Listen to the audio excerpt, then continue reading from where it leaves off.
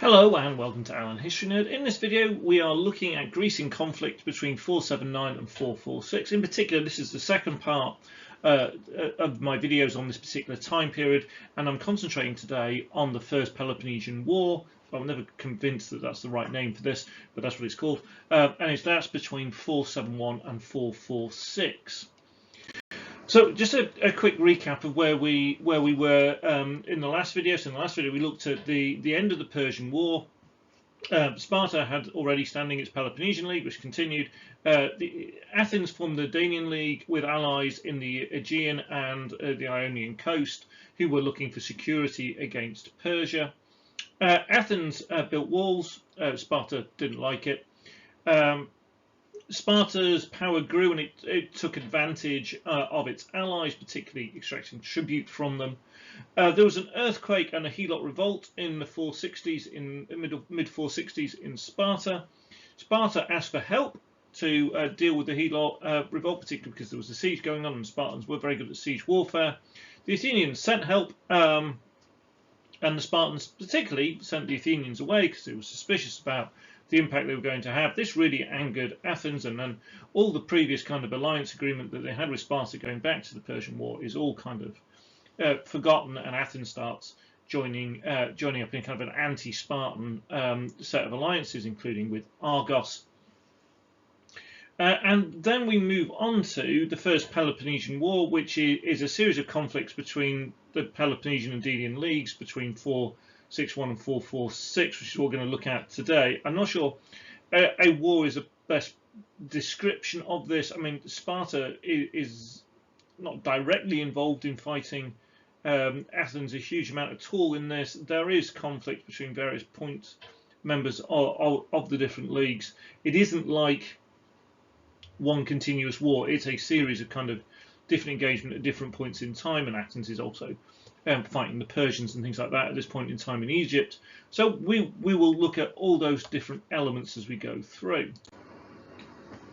So I said the video, again, this is designed for A-level ancient history, the Greece in conflict section, and these are the kind of the bits in the spec for what it tells us we need to do in this little bit.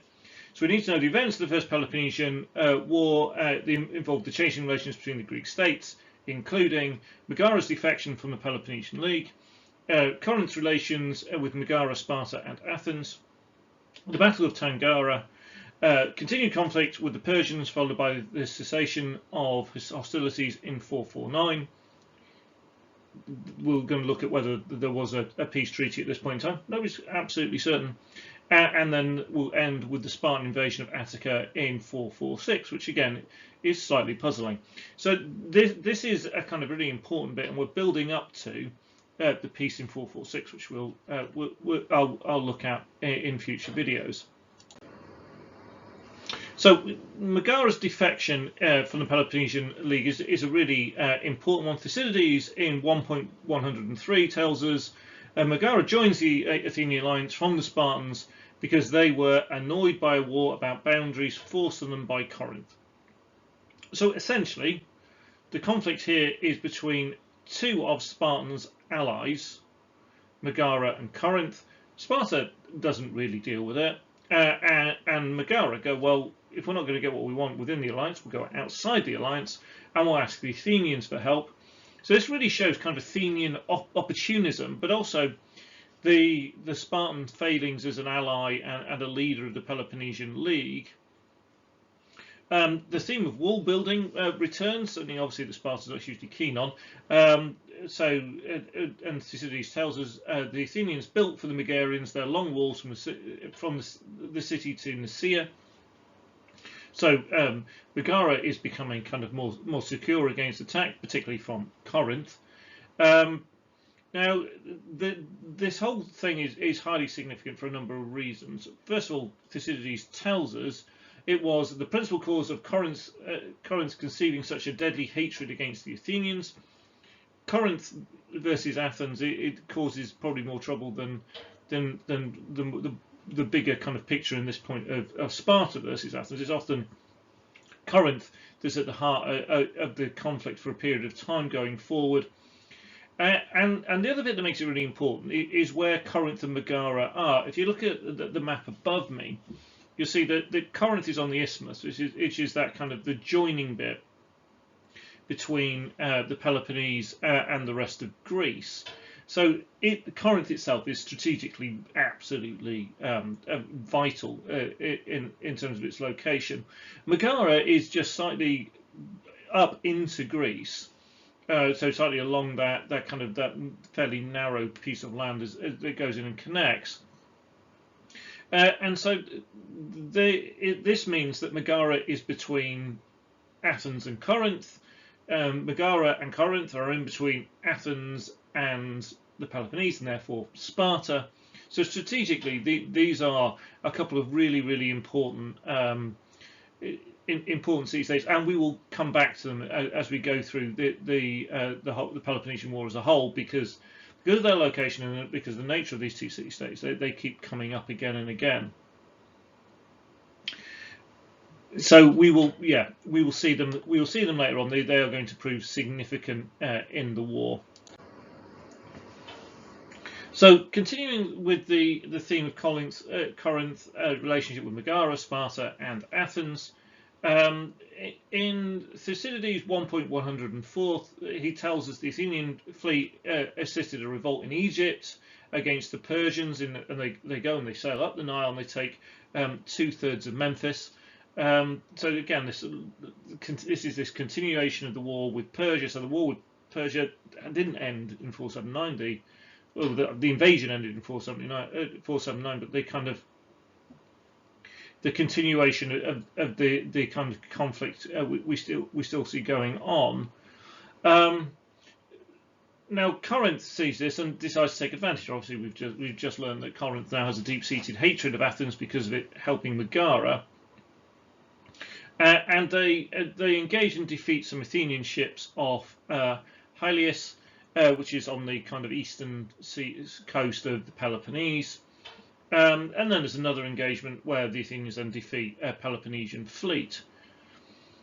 War then breaks out between Athens and Aegina, which is an island. It's a kind of another member of the Peloponnesian League. The Athenians land on the island and started a siege. The Corinthians now look at this and go, well, Athens is now fighting in Egypt and it's fighting Aegina. So what we'll do is we'll attack Megara, and we see details of this in Thucydides 1.105. Now, Thucydides tells us that the Athenians managed to raise an army of the old and young men left in the city. So this army goes and engages with the Corinthians. Neither army parted as a clear victor, though Thucydides suggests that maybe the Athenians had come out slightly the better of it. So the Athenians set up a trophy to claim victory. The Corinthians go back and then are kind of goaded by the old men in Corinth to kind of go, well, actually, you need to go and put up a trophy and claim victory. They send a party out to do that. The Athenians then destroy that party. And then they defeat the rest of the Corinthian army. And the details of all that are in Thucydides 1.106. To me, the big question in all of this is, what's Sparta doing?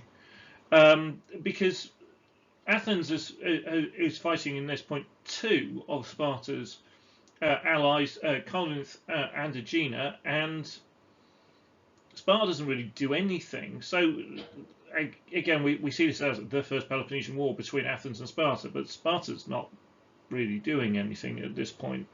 And I think there's a big thing about how Athens and Sparta interact with their alliances, with the leagues that they're in. So Athens is seen as being overbearing. It extracts loads of tribute, takes advantage of its allies, doesn't necessarily treat them hugely well. But it is quite attentive, whilst Sparta, it's got the agreement in the Peloponnesian League is if one of the states is attacked or is fighting against a non-member, then Sparta should raise an army and join in, but it doesn't at this point. So we can see this as a kind of maybe a sign of a degree of Spartan weakness, or maybe divisions within Sparta about what they should or shouldn't be doing. Sparta does, however, get involved, and when it gets involved, it is effective, kind of. So we've got the Battle of Tanagra, which is the big battle of the First Peloponnesian War. So Athens starts building its long walls in 458. So it's built the walls earlier around Athens. These are now the long walls to kind of go out and include the ports and make sure that Athens always has access to the sea. And then in Thucydides 1.107, Thucydides tells us the Spartans entered Boeotia whilst returning from Doris, having helped fight the Phocians. And so Doris is a kind of a Spartan colony, and so they've gone out and they've been successful there. They need to try and then work out how to get back to Sparta, but this involves going through territory that's controlled by Athens, and you don't really want to go round it by boat, because if you end up fighting Athens by on the sea, then Sparta doesn't fancy its chances. The Spartans then, according to Thucydides here, that there's a group within Athens hoping to both end democracy and the building of the walls. Both things are kind of music to the Spartan ears. The Athenians, with this kind of nearby presence of or relatively nearby presence of a large Spartan army, so they have to do something about it. So working with their allies, the Argives, and also the Thessalians, who send some cavalry, they raise an army of about 14,000 men, and they march out to meet the Spartans. We are not told a huge amount of detail about the battle by Thucydides. In 1.108, he simply tells us that the Spartans win the battle. Again, this reasserts stuff that we already know about the kind of the dominance of Spartan hoplites, and this idea that they are essentially almost in traditional hoplite warfare almost unbeatable. But we then, as we continue through Thucydides 1.108, we also get another thing which is quite common with Sparta, is that it's really good at winning battles, and then it just goes home.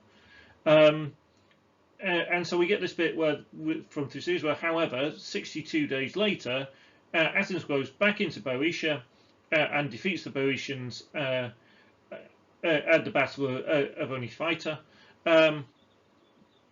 And then he gives us this great big long list of things that Athens does. So they dismantle the Tanagraeans' walls, take hostages, complete their own long walls, defeat the Aegians, tear down their walls, take ships and demand future tribute. They sail around the Peloponnesus, burn the arsenal of Sparta, take Chalkis, which had been controlled by Corinth, and defeat the Ciconians.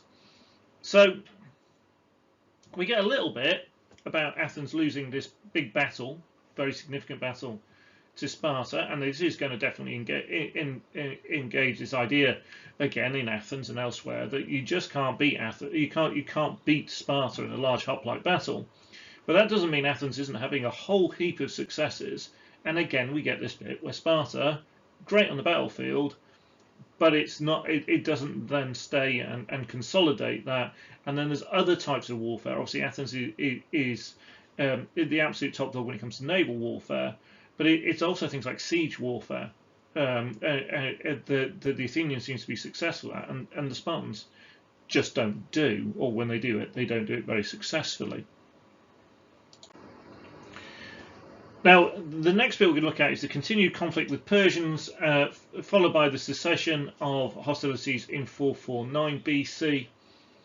Now, the Athenians continue to fight Persia in Egypt. In Thucydides 1.109, he's told first the Athenians were masters in Egypt, and the Persians are so kind of put out by Athenian success. They approach Sparta offering money for them to attack Attica, but nothing directly comes of this. Again, we're left with a bit of the question of what is Sparta doing at this point. A large Persian army landed in Egypt under Megabasus, or Megabus, as I tend to call him when I'm teaching this in lessons.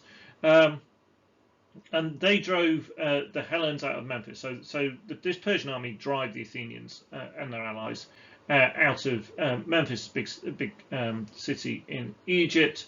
The Athenians were besieged on the island of Prospitus for 6 months before. I mean, the Persians were very clever here. Essentially, they divert the water, they divert the canal, leaving the Athenian boats high and dry, and they then going to do a land assault on what had been an island, and this is successful. We're then told in around 454 BC, 6 years after the Athenian war in Egypt was started, that they had failed essentially. Egypt was back under Persian control, apart from an area known as referred to as the area of the marshlands. 50 Tyrians from Athens and her allies were destroyed in the mouth of the Nile, as they hadn't known about the early defeat and had come to help, and very few of those escaped.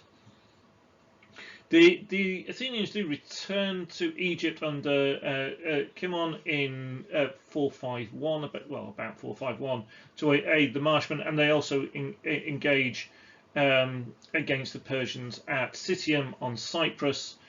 They withdraw from these following the death of Cimon, but they do defeat the Phoenicians, the Cyprians, and the Sicilians on land and sea. So again, overall, they've not been successful in this war against Persia in Egypt, but they aren't completely and utterly without some degree of success in other areas, notably in Cyprus. Now, the next bit is a kind of a little bit of a mystery, really. So there is reference in history to the Peace of Callias. Now, this is a possible peace treaty between Athens and Persia that follows the Persian Wars. The existence of the treaty and its precise terms are disputed. The Greek historian Herodotus doesn't mention it, nor significantly does Thucydides. On the other hand, the existence of some kind of agreement between Athens and Persia around this time has been noted by figures such as Athenian orators, Demosthenes and Lycurgus in the 4th century, and as well as later authors such as Plutarch and Aristides. Now,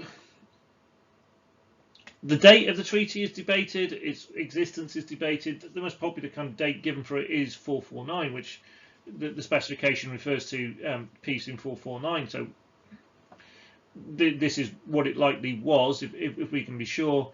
The treaty is named after a wealthy Athenian, Callias, who may have been the leader of the Athenian ambassadors who discussed peace with Persia at this point.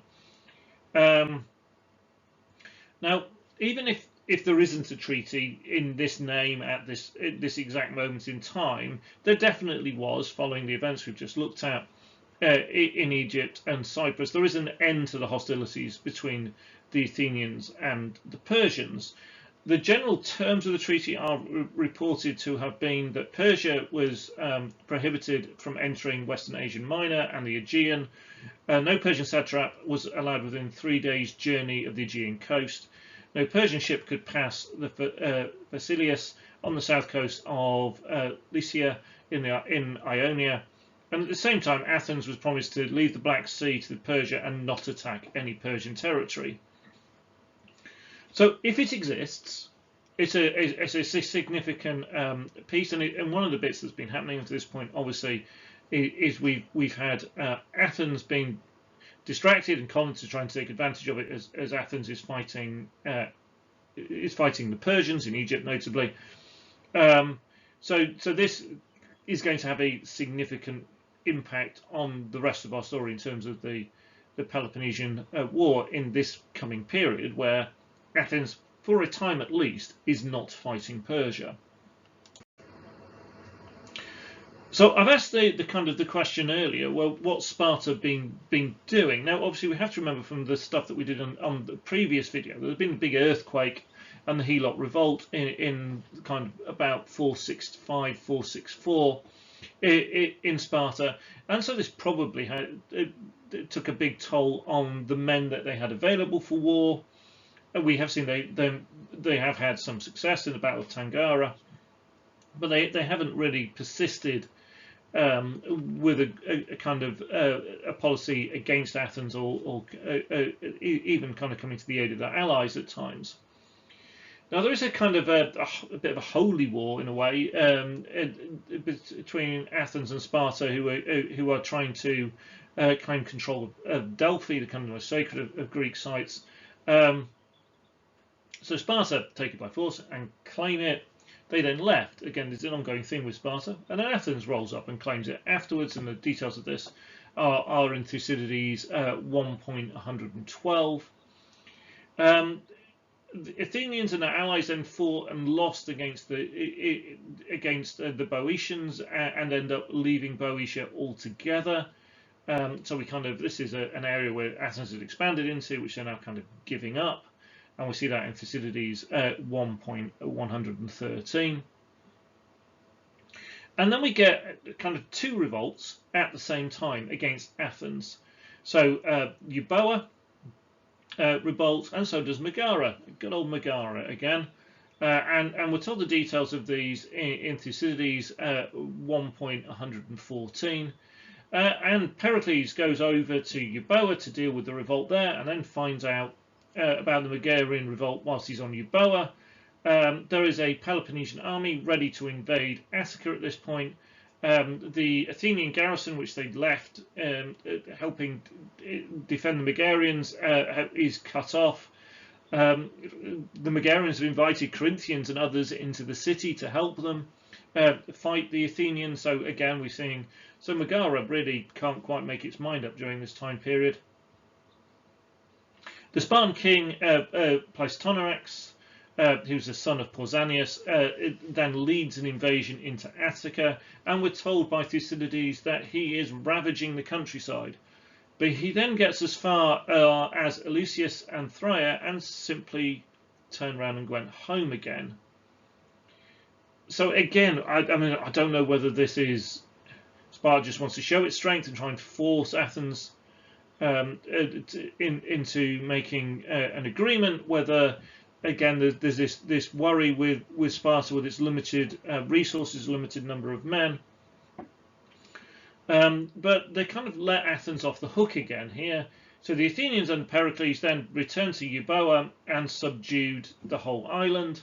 However, they don't manage to retake Megara. So